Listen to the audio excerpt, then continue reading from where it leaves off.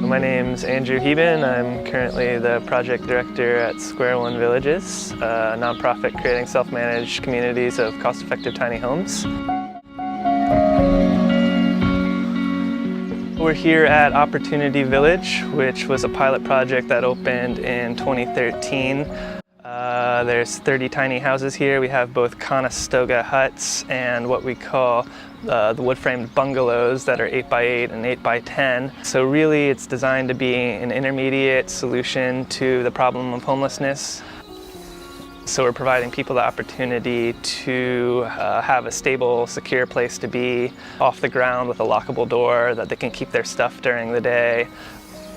The small houses are supplemented with common facilities, so there's a bathroom that has restrooms, shower, and laundry. There's a common kitchen which residents can cook and prepare their own meals.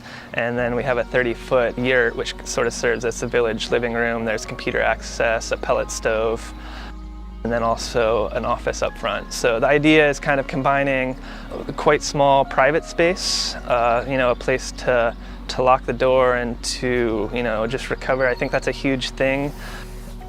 Otherwise, if you look at the issue of homelessness, people are pretty much forced to live their entire lives in the public realm, and that can really wear a person down.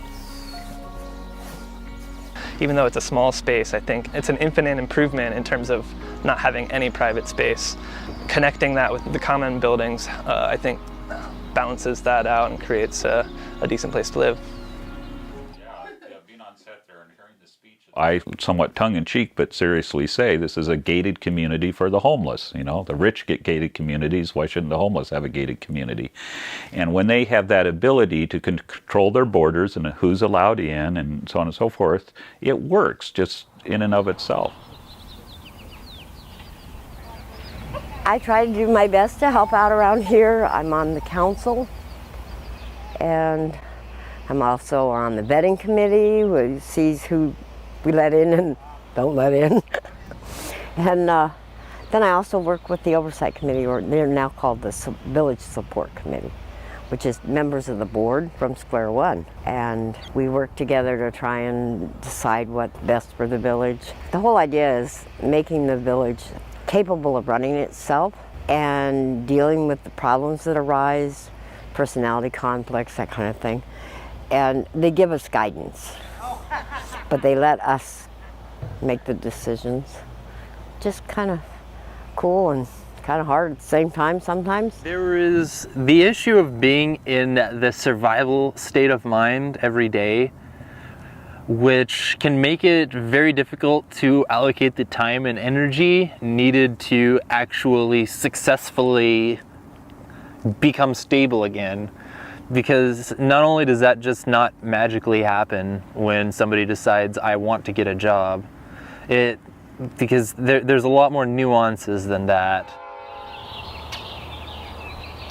What we've discovered is that probably a third of the folk on the street do not need a lot of other assistance other than just shelter, just basic shelter.